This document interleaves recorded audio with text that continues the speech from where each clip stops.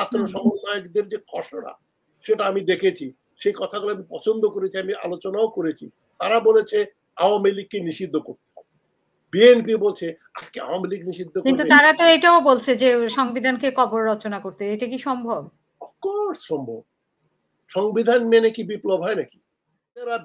এই বিপ্লবের সময় হাসিনার জন্য প্রত্যক্ষভাবে হাসিনার দালালি করেছে এবং মানুষ হত্যা করেছে, তাদের বিচার করতে হবে। ঘোষণাপত্র তারাই দেবে যেটা ইউনূস সাহেব প্রমিস করলেন, দুইবার উনি প্রমিস ভাঙলেন। 31শে ডিসেম্বরে একবার, আবার 15ই জানুয়ারিতে একবার। 16ই জানুয়ারি উনি করলেন, বিএনপির মাত্র একজন প্রতিনিধি আসলেন, সালাউদ্দিন সাহেব আসলেন। এখন পুরো জিনিসটা চলে গেল অন্য কোর্টে। এখন খেলা হচ্ছে কে কি চান। এই প্রোগ্রাম যদি চলে, আগামী 5 বছরেও একটা ঘোষণাপত্র তৈরি করা সম্ভবপর হবে না। একমত হবেন কি করে? যেমন ছাত্র সমন্বয়কদের যে খসড়া সেটা আমি দেখেছি, সেই কথাগুলো আমি পছন্দ করেছি, আমি আলোচনাও করেছি। তারা বলেছে আওয়ামী লীগকে নিষিদ্ধ করতে হবে। বিএনপি বলছে আজকে আওয়ামী লীগ নিষিদ্ধ কিন্তু করবে। তারা তো এটাও বলছে যে সংবিধানকে কবর রচনা করতে, এটা কি সম্ভব? অফকোর্স সম্ভব। সংবিধান মেনে কি বিপ্লব হয় নাকি? বিপ্লব, আইয়ুব খান যেটাকে বিপ্লব বলছেন, উনি তো এসেই 56 সালের সংবিধান বাতিল করে দিলেন। তো বিপ্লবের পরে তো নিশ্চয়ই 75 সালে যে ভুলটা করেছেন বিপ্লবীরা, ওই 72 সালের পচা সংবিধানটাকে রেখে দিয়ে এখানে একটু ঝালাই ওখানে একটু ঝালাই করে তারা ওই সংশোধন করতে চাইলেন। তার জন্যই তো আমাদের এই দুর্গতি। আমাদের দেশে একটা গণতান্ত্রিক সংবিধানই আসে নাই, 72 সালেও আসে নাই, তারপরেও আসে নাই। সুতরাং গোড়ায় গলদটা, সংবিধান পরিবর্তন করতে হবে একেবারে। কিছু পয়েন্ট থাকলে থাকবে, সব কিছু পয়েন্ট তো সব সংবিধানের, পৃথিবীর সব সব সংবিধানেই কিছু কিছু পয়েন্ট মেলে, এটা তো বলার অপেক্ষা রাখে না। কিন্তু ওইটাকে বেস করে আমরা কিছু ঝালাই করব, সংশোধন করব, সেটা কোনো বৈপ্লবিক সংবিধান হবে না।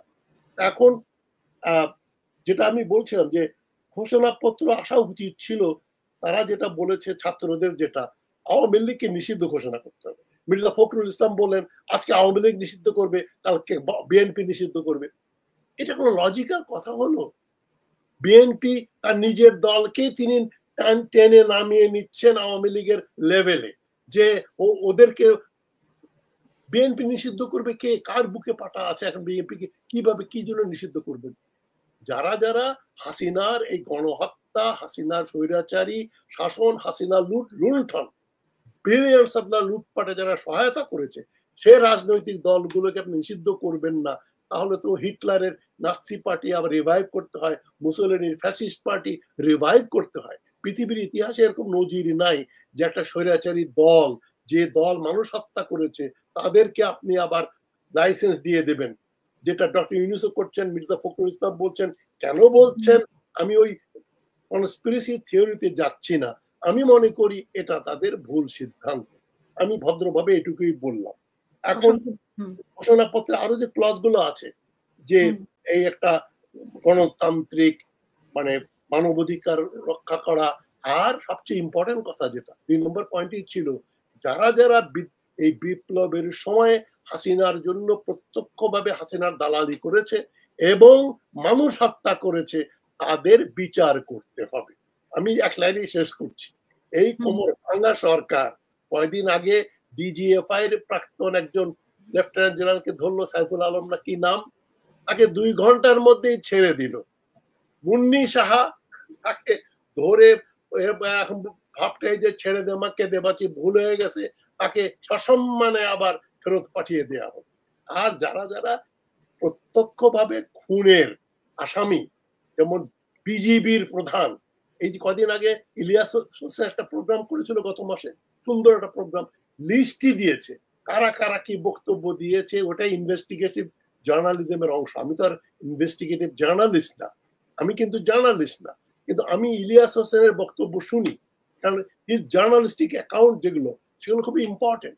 সেখানে লিস্টই দিয়েছেন পুলিশের, ডিজিএফআই, আর্মির কোন মেজর জেনারেল, কোন লেফটেন্যান্ট জেনারেল, তাদের কি ভূমিকা ছিল, সবাইকে ছাতা দিয়ে ঢেকে রেখেছেন জেনারেল ওয়াকারুজ্জামান।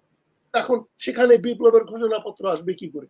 ওদের আপনি গ্রেফতার করেন, বিচার করেন। শাহাবুদ্দিন চুপ্পু, যে হাসিনা সরকারের রেমন্যান্ট, একটা সিম্বল। তার কাছে যেদিন ডক্টর ইউনূস শপথ নিলেন সেদিনই তো বিপ্লবের 50% শেষ হয়ে গেল। তো এই আমার আমার কথা কোনো নতুন কথা না। পুরনো কথা, ফান্ডামেন্টাল কথা। আপনারা চিন্তা করে দেখেন। আমি কাউকে দোষারোপ করছি না। আমি বলছি যে প্রসেসটা গেল।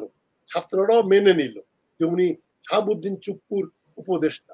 টেকনিক্যালি, লিগালি কিন্তু শাহাবুদ্দিন সাহেব ইচ্ছা করলে আজকেই এক কলমের খোঁচাতে বলতে পারে, আমি ডক্টর ইউনূসকে পদচ্যুত করছি। আমি হাবিবুর রহমান হাবিবকে আমি প্রধান উপদেষ্টা বানিয়ে দিচ্ছি। বা এই যে ফারুক সাহেবকে বানিয়ে দিচ্ছি। এটা এটা এটা যদি বলে শাহাবুদ্দিন চুপ্পু, এটা কিন্তু কনস্টিটিউশনালি ভ্যালিড, কারণ তিনি এখনো দেশের প্রেসিডেন্ট। এই জগা খিচুড়ির ব্যাপারটা দেখে আমার খুব দুঃখ হয়, এবং এই ফান্ডামেন্টাল ব্যাপারগুলো রাজনীতিবিদরা যদি তুলে না ধরেন তাহলে কিন্তু আমরা বিপ্লবের পথ থেকে সরে যাব এবং ভারতপন্থী আওয়ামী লীগেররা ক্ষমতায় চলে আসবে। আমার শেষ বাক্য, দুদিন আগে ভারতের আর্মির কমান্ডার ইন চিফ, আর্মির জেনারেল উপেন্দ্র দ্বিবেদী কি বললেন? তিনি বললেন হাসিনার পতনের কদিন আগে থেকেই আমাদের সঙ্গে জেনারেল ওয়াকারুজ্জামানের যোগাযোগ ছিল। তিনি বলছেন যে এখনো আছে। হ্যাঁ, না এখনো আছে। 24শে নভেম্বর ভিডিও কনফারেন্সও হয়েছে, যেটাও আমি দ্বিবেদীর কাছ থেকে শুনলাম। তার মানে কি?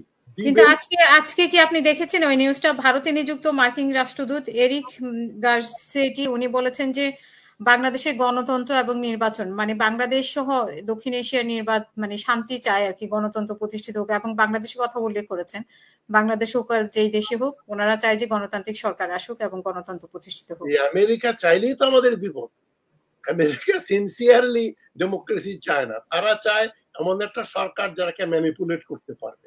যেটা আমরা দ্বিবেদী আর্মির জেনারেল হয়ে আমি তো অবাক হলাম, বাংলাদেশের নির্বাচনের কথা বলছেন কাকতালীয় ভাবে।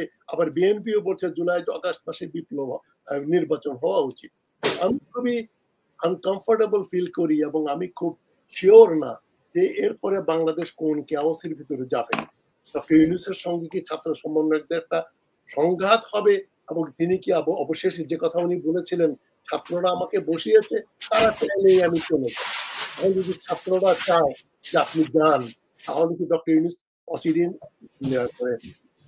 রিজাইন করতে যাচ্ছেন? আমি আজকে এটা নিয়ে ১ ঘন্টা আগে একটা শো করেছি যে ডক্টর ইউনূস কি মানে পদত্যাগ করবেন নাকি? অবস্থা